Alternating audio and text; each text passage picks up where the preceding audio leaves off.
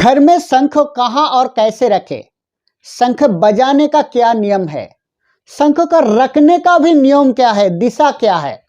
कौन सा देवता शंख पसंद नहीं करता है? शंख बजाने से वो रूठ जाते हैं, अपने संसार में गरीबी आ सकते हैं। तो दोस्तों, आज इस वीडियो बहुत ही इंटरेस्टिंग होने वाला है। आज इस वीडियो में मैं शेयर करूंगा शंख के बारे में कुछ गुरुत्वपूर्ण टेक्निक, कुछ गुरुत्वपूर्ण टिप्स, जो कुछ जान के आप अपने जीवन में शंख बजा के आप अपने जीवन में मिरेकल परिवर्तन ला सकते हो। तो दोस्तों, शंख समुद्र मंथन के द्वारा उत्पन्न हुआ था। साथ ही साथ समुद्र मंथन में माता लक्ष्मी, कौड़ी, अमृत भी उत्पन्न हुआ था। इसलिए शंख नारायण का प्रिय है और माता लक्ष्मी का भी प्रिय है। इसलिए जब अगर आप हर रोज सुबह और शाम पूजा घर में शंख ध्वनि करते हो तो माता लक्ष्मी और नारायण प्रसन्न होता है और अपने घर में सुख, समृद्धि, बरकत का आशीर्वाद देता है।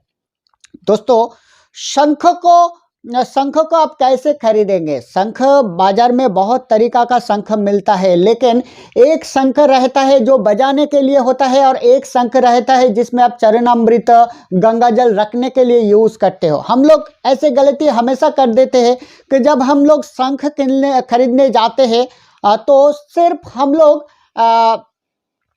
हम लोग बजाने का शंख लेकर चले आते हैं, लेकिन ऐसे करना ठीक नहीं है। दोस्तों, आप जब शंख खरीदने जाएंगे तो दोनों ही शंख लीजिए, एक बजाने के लिए और एक गंगा जल या चरणामृत रखने के लिए। तो आप जब वो दोनों शंख लाएंगे, लाने के बाद दो पात्र में आप गंगा जल भर लीजिए और उस गंगा जल के अंदर वो दो जो शंख है उसे आप डुबा के रखिए।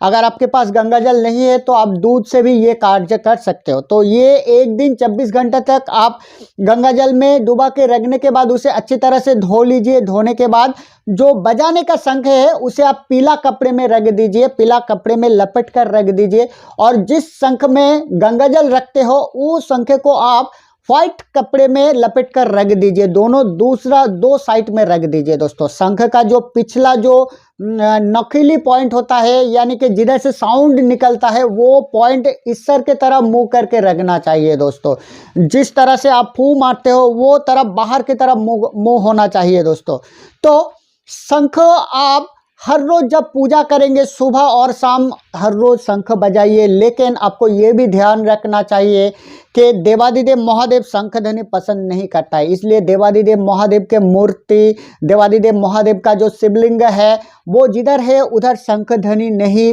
होना चाहिए। दोस्तों, उधर शंख भी रखना नहीं चाहिए। तो ऐसा अगर आप करेंगे तो देवादिदेव महादेव बहुत रूठ जाएंगे। एक ही नियम आप सूर्य देव के यदि पूजा करते हो, सूरज को जब जल चढ़ाते हो, तो एक ही नियम आपको पालन करना चाहिए, यानी कि शंख ध्वनि नहीं करना चाहिए। दोस्तों, इससे सूर्य देव भी आपके ऊपर रूठ जाते हैं और सूर्य देव रूठता है यानी कि आपका जो रवि जनित जो ग्रहोगत प्रॉब्लम होता है वो आपके ऊपर आता है, आपका धन संपत्ति नाश होने का चांस बढ़ जाता है। दोस्तों, इसलिए आप जिधर शंख रखेंगे आपको ध्यान रखना चाहिए कि उधर देवादिदेव महादेव का कोई मूर्ति या लिंग ना रहे और सूर्य देव का भी कोई प्रतिमा ना रहे। दोस्तों, तो दोस्तों, मार्केट में दो तरीका का शंख पाया जाता है, एक मेल शंख, एक है फीमेल शंख, यानी कि शंख और शंखनी। दोस्तों, शंख खरीदना बहुत ही उपकारी माना जाता है, लेकिन ऑपोजिट तरीका से अगर आप भूल कर भी शंखनी आपके घर में लाते हो तो वो आपके घर का बर्बादी का भी कारण हो सकता है।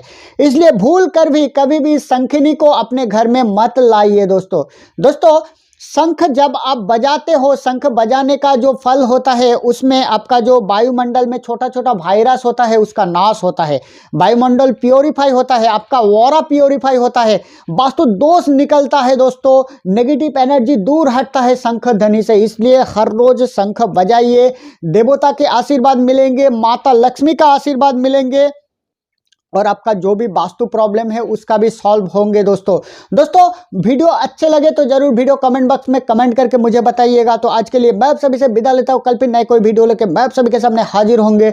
मैं आप सभी का दोस्त पलस बर पावरफुल एनर्जी टीचर। नमस्कार।